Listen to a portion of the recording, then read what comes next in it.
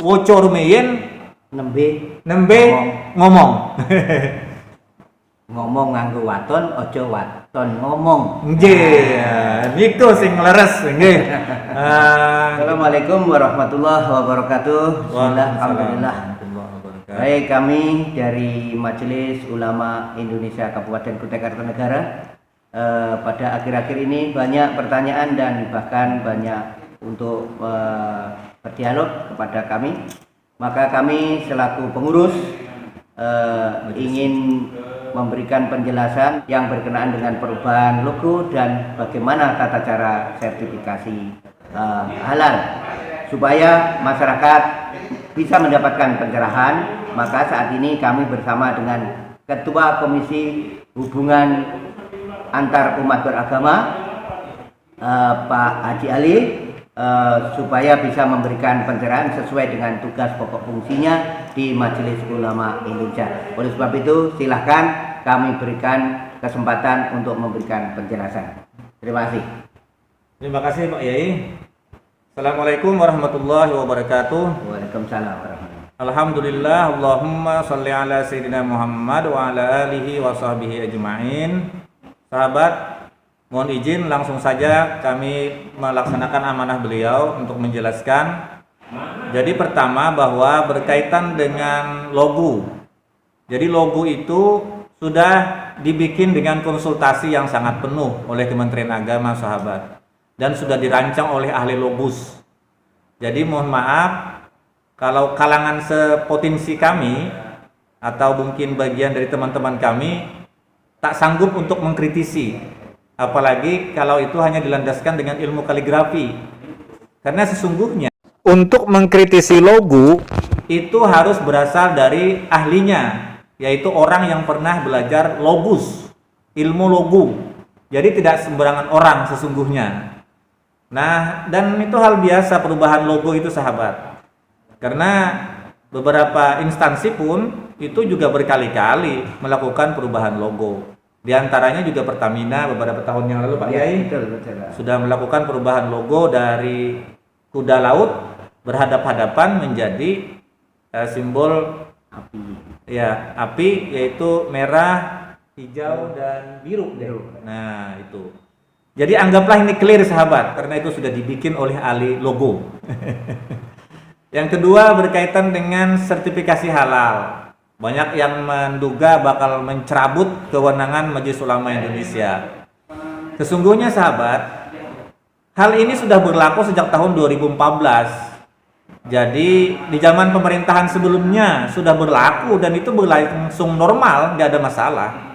Ini karena didasarkan, jadi pengurus Majelis Ulama Indonesia sudah paham di Indonesia, sahabat. Karena ini berdasarkan undang-undang. Undang-Undang nomor 33 tahun 2014 itu sudah disahkan DPR dan dilaksanakan sudah berjalan lama oleh pemerintah, dalam hal ini Kementerian Agama. Enggak ada masalah sesungguhnya. Nah, di sini kita ingin menjelaskan, khawatirnya ada dimungkinkan tafsir yang berbeda atau salah tafsir atau juga tak mengerti. Apakah MUI tidak punya wewenang apapun?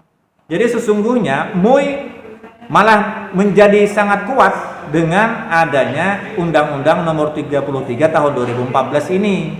Jadi bukan hanya baru ini, kekuatannya ditambah dengan, atau kekuatannya menjadi kuat karena satu, MUI sebagai lembaga fatwa memfatwakan halal dan haram, tetap itu terjadi.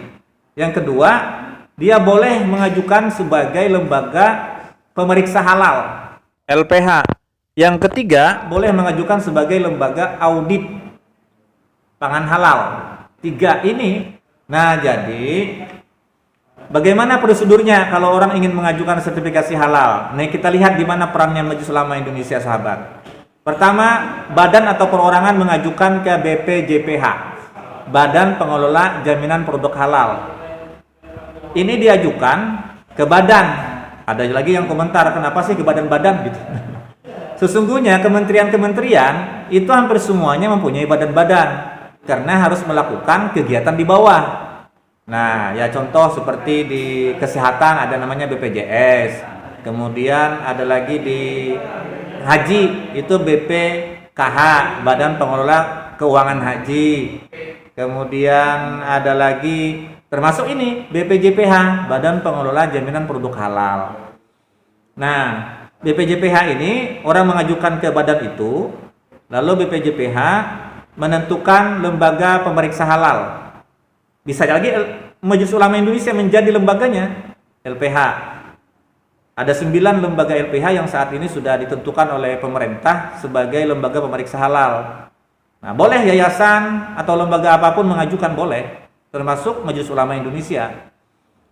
Nah, setelah nanti dari data BPJPH mengirimkan ke LPH, LPH memeriksa apakah kandungan dari bahan yang diajukan ini mengandung yang haram atau tidak. Nah, setelah diperiksa, jadi dari BPJPH itu 10 hari, di LPH itu 15 hari. Setelah selesai diperiksa oleh LPH, LPH mengajukan melalui BPJPH ke Majelis Ulama Indonesia memohon fatwa. Jadi memohon fatwa apakah hasil dari pemeriksaan LPH ini layak untuk diterbitkan sertifikasi halal. Nah, Majelis Ulama Indonesia dalam waktu 15 hari berdasarkan data dari LPH tadi memutuskan, menetapkan apakah ini halal atau tidak. Katakanlah halal atau tidak, tetap diberikan fatwanya ke langsung menuju BPJPH. Nah, setelah itu BPJPH melalui Kementerian Agama, melalui lagi BPJPH mengeluarkan sertifikasi halal.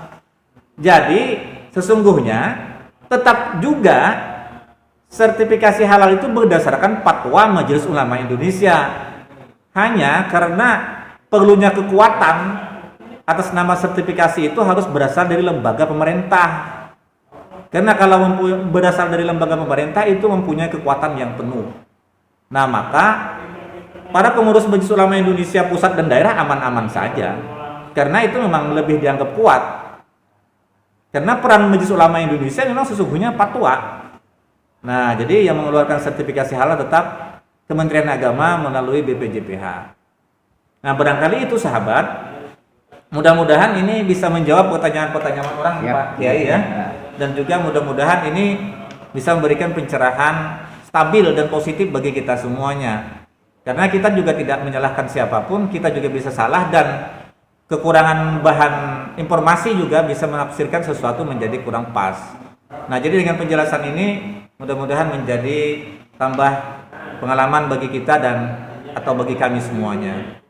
Cukup sampai di sini barangkali. Jika ada yang bisa dikomentari atau boleh komentar di kolom komentar. Mudah-mudahan kita semua selalu sehat, panjang umur, penuh semangat dan penuh barokah. Khusus dari kami, dari Komisi Hubungan Antarumat Beragama, mari kita melihat sesuatu dengan membaca dulu baru komentar.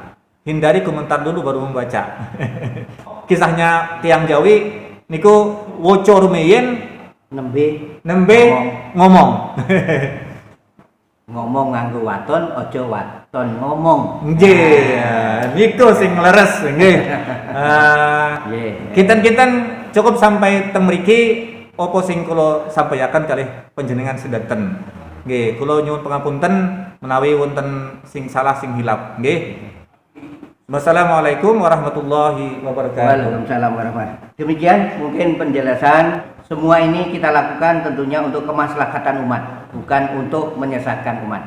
Ini yang dapat kami sampaikan. Lain waktu bisa bertemu kembali di lain kesempatan dengan permasalahan-permasalahan yang lain.